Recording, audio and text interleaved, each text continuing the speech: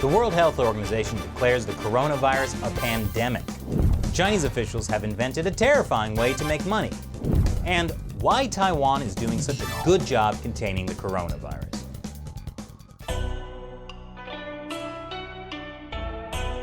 This is China Uncensored. I'm Chris Chappell. Hey, have you ever wondered what the coronavirus actually feels like? Well, let's find out from a man who got it in Wuhan, China, where the outbreak began.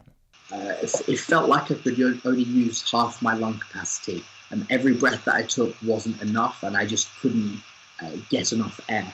Also, it sounded like I was breathing through a paper bag, and it sounded like there was just stuff in my lungs that just wouldn't go away. Well, now you know. Good thing too, because the coronavirus has finally been labeled a pandemic by the horribly corrupt World Health Organization. Wait, what is going on in that picture? Apparently it's a statue that was originally set up for an upcoming festival that is now canceled because of the coronavirus. And now, it's public health art. The coronavirus is now also spreading within the United States. People who have not traveled overseas or been exposed to people who did travel have contracted the coronavirus. As of recording, the death toll in the US has risen to 30, and the National Guard has been sent to New York. You know, I really loved Escape from New York, but I'd rather not live it. Meanwhile, the NBA. Just last summer, the NBA had been looking forward to expanding its China partnerships. Until, of course, the brouhaha over Houston Rockets general manager Daryl Morey's support for the Hong Kong protests. That didn't go well. And now, the NBA has the coronavirus. Okay, more specifically, Utah Jazz center Rudy Gobert has the coronavirus. And as a precaution, the NBA has suspended its season until further notice. Meanwhile, the Chinese Basketball Association has told Americans who play for the CBA that they have to return to China to finish out the season. If they don't, they could be banned for life. Don't worry, I'm sure it's totally safe. But if these American basketball players do return to China, they'll be put in quarantine for 2 weeks. That's because China is now quarantining all international arrivals. Yes, the country where the coronavirus began, that said it was absolutely ridiculous when other countries began instituting travel bans and quarantining travelers from China, is now quarantining anyone who arrives in China. I love the smell of hypocrisy in the morning. And coming up after the break, Chinese communist officials have figured out a clever way to make millions of dollars.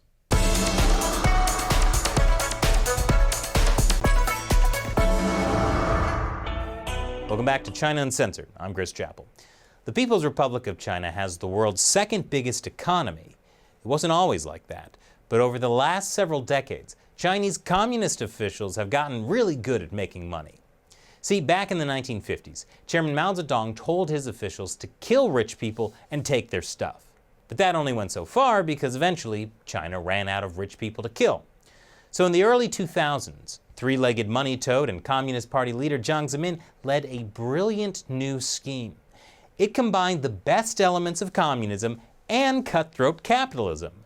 Kill dissidents and take their organs, and then sell those organs to rich people at state-run hospitals, like this one. And turns out you can make some serious money this way. You know, they say you can't put a value on human life, but in communist China, that value is up to $852,000. Now, this money-making scheme looks too horrible to be true, and that's one reason why people don't believe it is happening. But the proof keeps coming out. There have been investigations into organ harvesting since 2006, but they didn't get much attention. Then, a group called the China Tribunal held a series of hearings about it starting in 2018. They asked for evidence and testimony on whether forced organ harvesting was happening in China. And in particular, they looked at whether Falun Gong practitioners and Uyghurs were being targeted. Falun Gong is based on ancient Chinese spiritual practices. It has exercises that look a bit like Tai Chi, and its core philosophy is truthfulness, compassion, and tolerance. Falun Gong became super popular in China in the 1990s until Jiang Zemin realized there were like 100 million people practicing. And so he remedied that with this, and this, and this. Take that, compassion. The Uyghurs are a Turkic ethnic minority who live mostly in China's far west Xinjiang region. There are about 10 million Uyghurs, and they're mostly Muslim. Islam is unrelated to Falun Gong spiritually, but from the Communist Party's perspective, it's the same problem. There are lots of Uyghurs, and they believe in something other than the Communist Party. So the party remedied that with this: concentration camps. I bring that up because on March 1st, 2020, the China Tribunal issued a final judgment about whether the Chinese regime was harvesting organs from these two groups of people, Falun Gong and Uyghurs. It came after 2 long years of personal testimony and poring through evidence, and long hearings that practically nobody watched, and statements hardly anyone read about because Western media like the New York Times were too busy getting paid by Chinese state-run media to run advertisements that look like articles. Anyway, on March 1st, the China Tribunal issued this 562-page judgment that we read through so you don't have to. It concluded, among other things, that forced organ harvesting has happened in multiple places in the People's Republic of China and on multiple occasions for a period of at least 20 years and continues to this day. It says the victims are mostly Falun Gong practitioners, and that Uyghurs are also sometimes victims and could be China's living organ bank for the future. That's the Chinese Communist Party for you, always thinking ahead. Finally makes sense why Chinese authorities have been collecting DNA from all the residents of Xinjiang. I'll note, by the way, that the China Tribunal was led by a panel of 7 experts from several countries. It was chaired by Sir Jeffrey Nice. He's the attorney who led the prosecution of the former Serbian dictator Slobodan Milosevic for war crimes back in the 1990s. And none of the people on the panel were Falun Gong practitioners or Uyghurs, nor were any of them YouTube celebrities who could have told them that nobody wants to read a 562-page report about mass murder. So, I'll just give you the highlights of the mass murder. Here are some of the reasons the China Tribunal concluded that the Chinese Communist Party really is killing people for their organs. 1. There are extraordinarily short waiting times for organs. You can literally schedule an organ transplant in 2 weeks to take place on a certain day. In America, you might wait months or years for some guy to die in a motorcycle crash. In Communist China, the doctors just kill him for you. 2. The Communist Party routinely tortures Falun Gong practitioners and Uyghurs. It's not a big leap from torturing people to simply killing them. And if you also sell their organs, it's a great way to make money. 3. China built a massive organ transplant infrastructure starting in 2001. That's when the number of annual transplants began to boom. So they were building new hospitals and training new transplant doctors, but China didn't create its voluntary organ donation system until 2010. So that's super weird. And even today, there are very few voluntary organ donors in China. And that's tied to number 4. Chinese authorities don't execute enough criminals to account for the number of transplants. The data suggests that Chinese hospitals do between 60,000 and 100,000 organ transplants per year. But China only carries out fewer than 4,000 court-ordered death sentences each year. So there aren't enough criminals to execute. And China's voluntary organ system only started 9 years after the transplant boom and is still really small. That leads to only one conclusion. Chinese hospitals have been killing tens of thousands of additional people every year who aren't criminals or voluntary donors. The China Tribunal did, by the way, invite the Chinese government to join in and present their own testimony. The Chinese government did not respond at any point during the 2 years. But one of the interesting things about having a formal open process like the China Tribunal is that it's a forum for people to submit testimony who otherwise might not have had their voices heard. One person who submitted testimony was Didi Kirsten Totlow, a former New York Times reporter. Totlow had tried to do a series of investigations into China's forced organ harvesting, but her editors shut her down. As a New York Times reporter in 2016, she was invited to an event held at Beijing Hospital, where state health officials talked about China's organ donation program. Over lunch, she overheard a conversation between two Chinese transplant doctors, which suggested they were being told they could no longer use prisoners of conscience for organ harvesting. But when she told her editors she wanted to investigate further and do a series of stories about Chinese hospitals using prisoners of conscience for organ transplants, it became clear to her that the issue was unwelcome at the New York Times.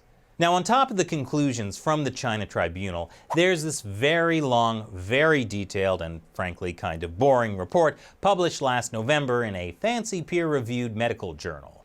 It says a variety of evidence points to what the authors believe can only be plausibly explained by systematic falsification and manipulation of official organ transplant data sets in China, and that this is often incentivized by large cash payments. And you wonder why forced organ harvesting isn't getting much media attention. All the smart people who research this stuff make it sound super complicated. So let me put it simply, because this video is not made for just graduate school students. The Chinese Communist Party is lying about the data. They're killing people for their organs, and they're making lots of money. And if you think, maybe this stuff happened before, but it couldn't possibly still be happening, consider this. Even amid the deadly coronavirus outbreak, Chinese hospitals are still doing suspicious organ transplants. The CCP asked for applause for its double lung transplant on a coronavirus victim. But the fact that two matching lungs were found in a few days raises new suspicions of organ harvesting. So at this point, there's really no other conclusion you can make, unless you're the New York Times and just quash the reporting. And stay tuned after the break. We'll look at how Taiwan is handling the coronavirus versus China. Hint, Taiwan has a better solution than this.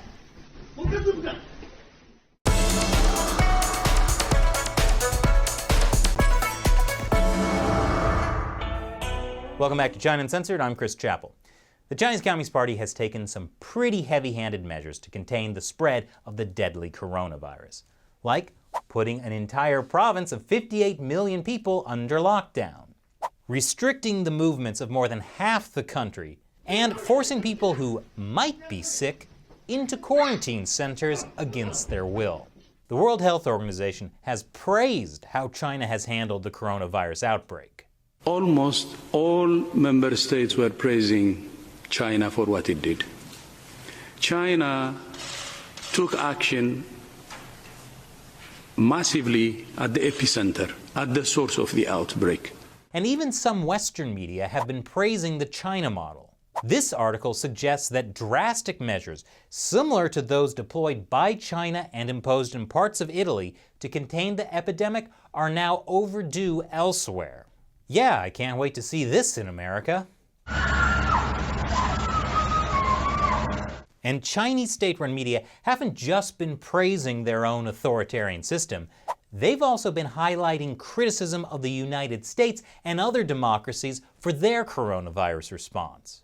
Which of course shows just how superior China's authoritarian response to the coronavirus has been. As long as you ignore the part where they let it spread uncontrolled for weeks and detain people for talking about it.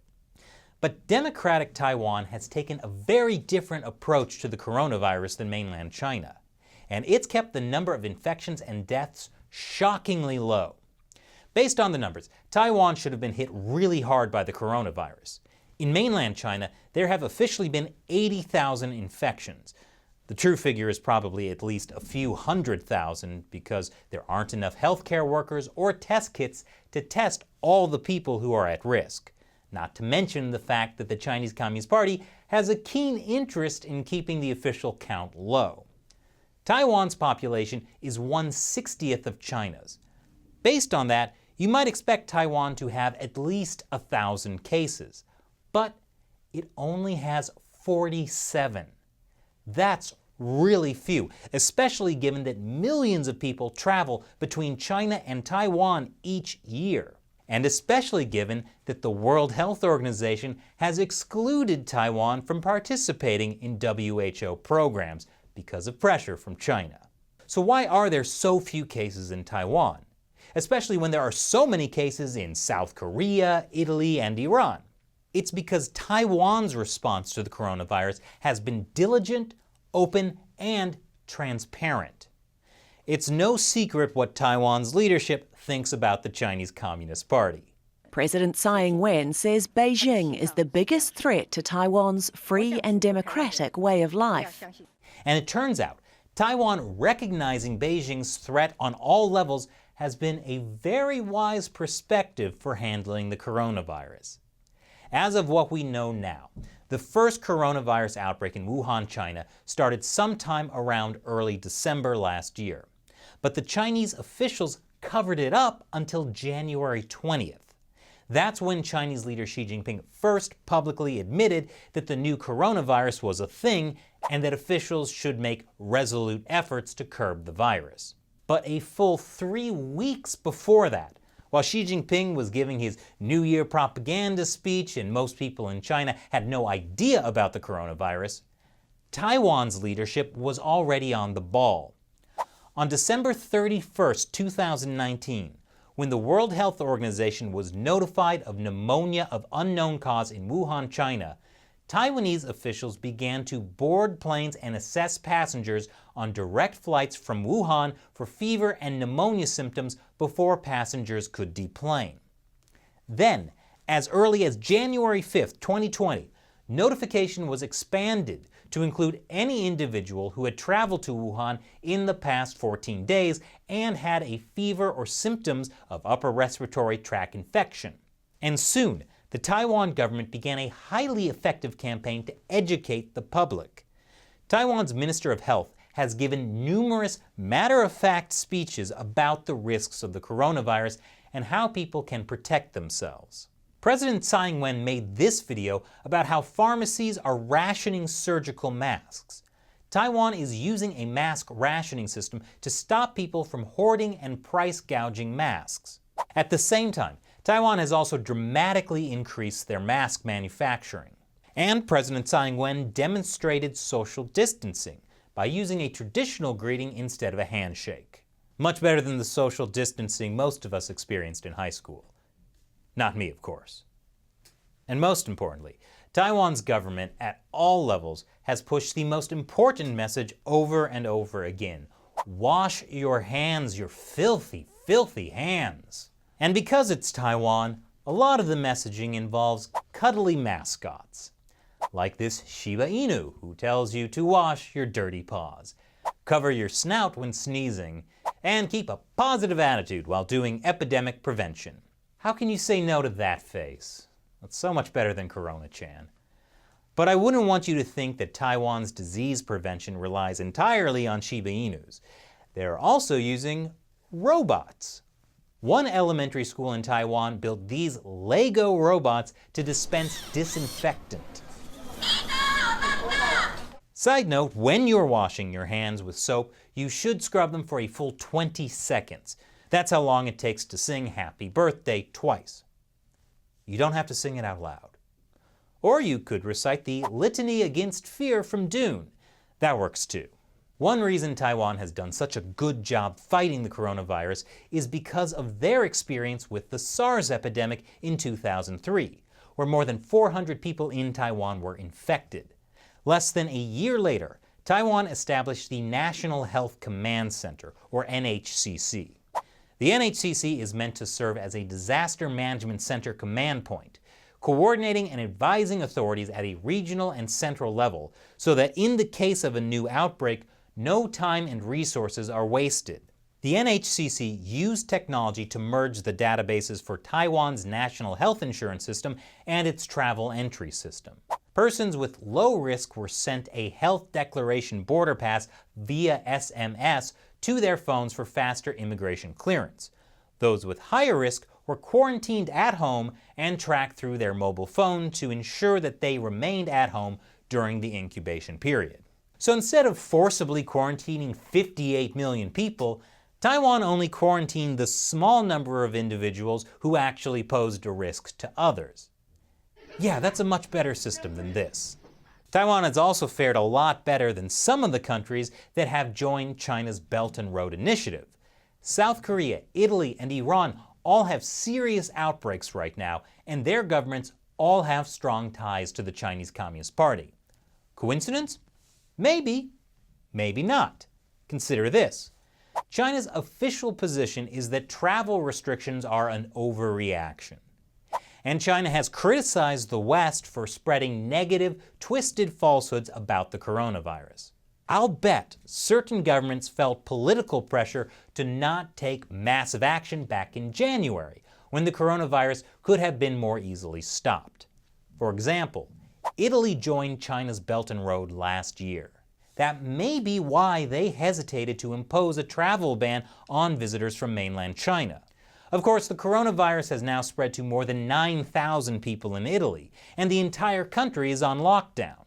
South Korea and Iran also didn't issue travel restrictions or do big public health campaigns early on, perhaps to avoid upsetting Beijing. On the other hand, Taiwan started taking action a full 3 weeks before the Chinese Communist Party even admitted there was an outbreak. They ignored the pressure, and they did it right. The lesson? Good things come to those who don't trust the Chinese Communist Party. That's it for today's China Uncensored. I'm Chris Chappell. See you next time.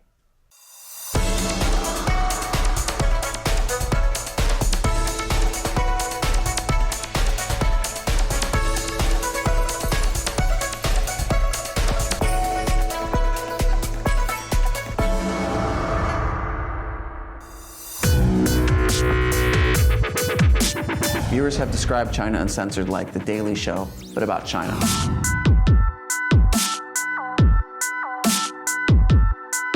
In China, something can be illegal, but still in common practice. For example, bribery, or intellectual property theft, or Uber. But you know, there's a common Chinese saying, "La schmaz." What's that, Shelley?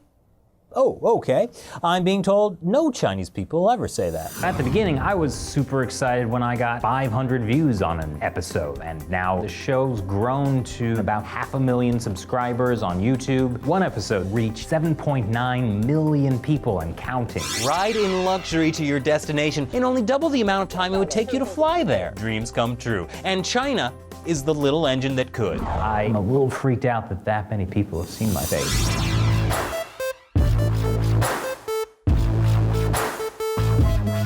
It's kind of ironic that I'm the minority in a show about China. People in the comments, they'll be like, "You're a traitor." I'm being a patriot. This is my way of showing that I love the country that I came from.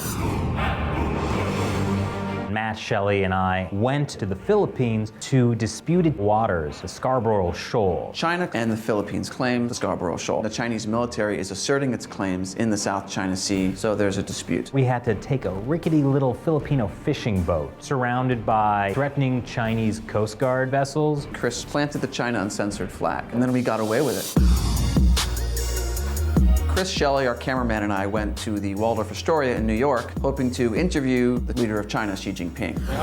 Oh, we are being helped. Going to... What is it, China Uncensored? China Uncensored, yeah. I don't suppose there's a chance I could use it. Down the stairs. The lead security guard followed us out and said we were banned for life from the Waldorf Astoria. Chris Chappell here right outside of Mongkok. Our camera guy is in there right now. He's seen people getting beat by police. Police are trying to tear down the tents. Things are wild now. People would say things to us like, "My professor plays China Uncensored for our class." To see people really believe in what we were talking about was life-changing for all of us. One word you would use to describe Chris Chappell. Committed. Hilarious. Engaging. Intriguing. Have you heard of China Uncensored? Great comedy show. Hey, have you heard of China Uncensored? It's starring me. It's more and more obvious that China is having a major influence on the U.S. The way that the U.S. is treating China now, it will start to affect people's lives, and they'll need somewhere to go to learn about that. Hey, have you heard of China Uncensored? 中国解密. In 5 years, I see China Uncensored as the only show available on TV or the internet. It will be the sole source of edutainment worldwide. Have you heard of China Uncensored? I have. You actually have? He's heard of China Uncensored. I love China Uncensored.